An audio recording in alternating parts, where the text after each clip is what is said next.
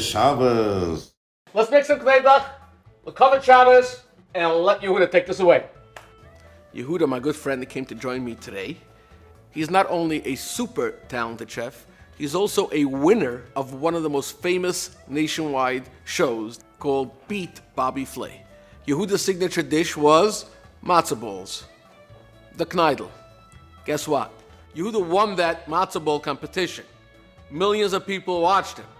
And let's see how Yehuda teaches us how to prepare that perfect matzo ball right over here on kosher.com.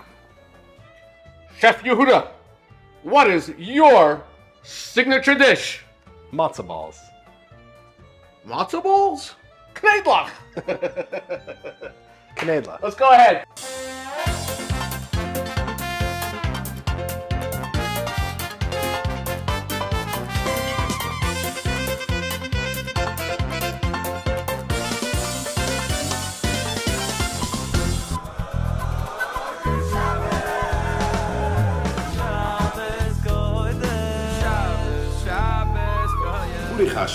Shabbos.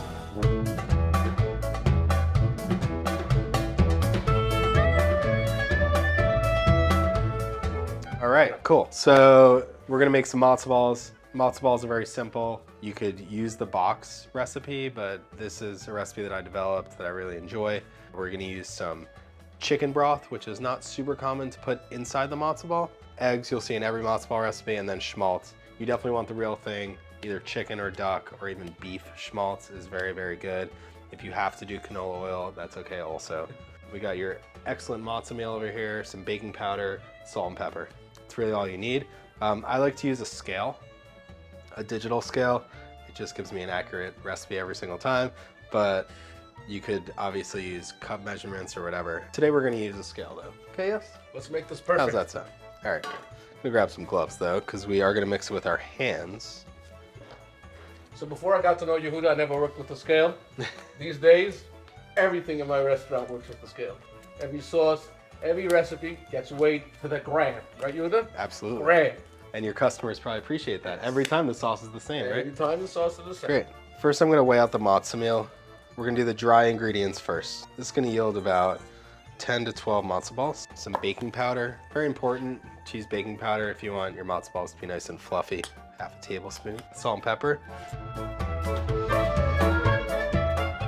So I'm just gonna kind of move this around with my hands. Now we're gonna add the wet ingredients.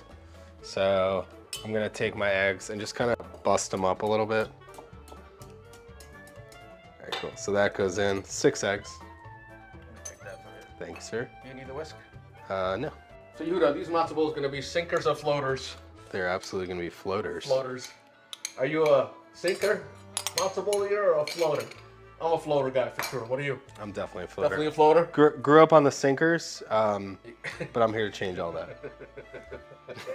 You know the problem with the sinker sometimes is when you try to put the spoon and cut the matzo ball, it'll jump out at you. Or it hits the guy next to you.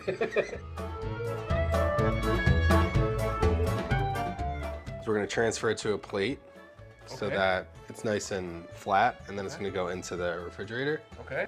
Yeah, that's done. Get that out of the Everything's done. This is what your matzo ball mix should look like. It should kind of be like not too dense. It should not be like super liquidy.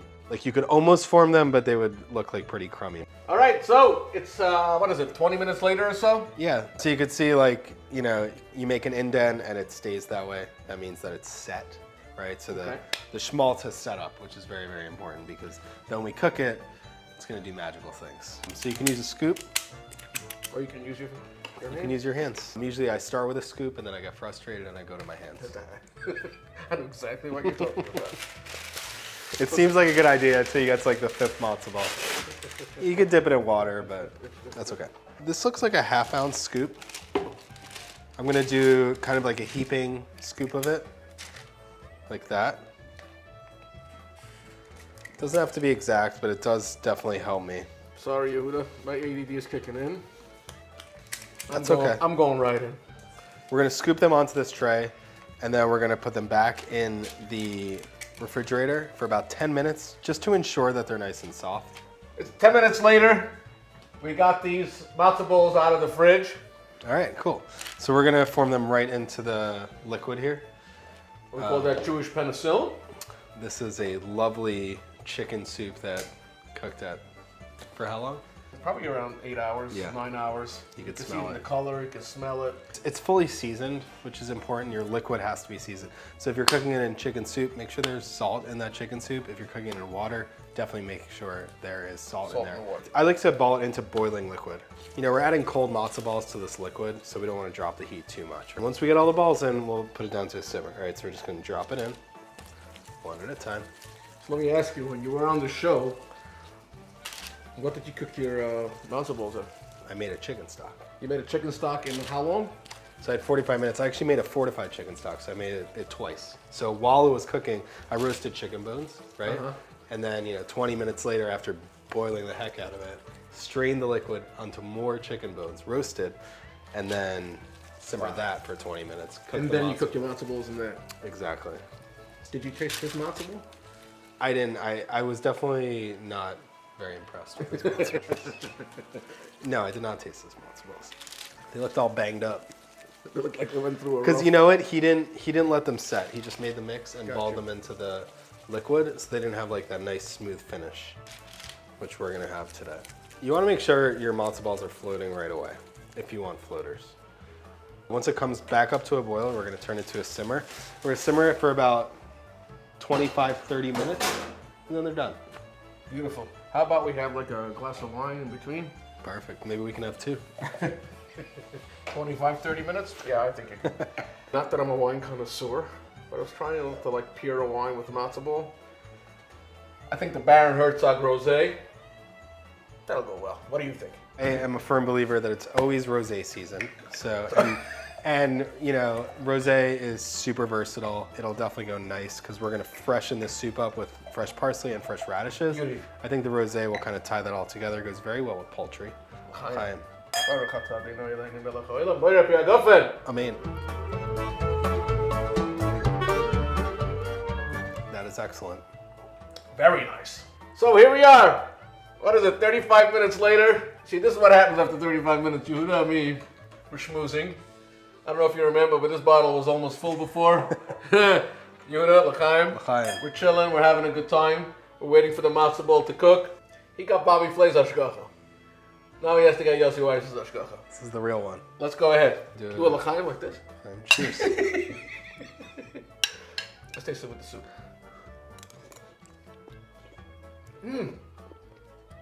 Wow. Tell you something, if my grandmother was still alive, she would chef nachas, man. Wow. That means a Wow, lot. this is so good. Wow. I'm gonna wait to go offset so I can finish this. I'm probably gonna slurp. I don't want to slurp on the video. Kneidlech. Kneidlech. Say reitach again. Until next time, everybody. Shabbat shalom. Shabbat shalom.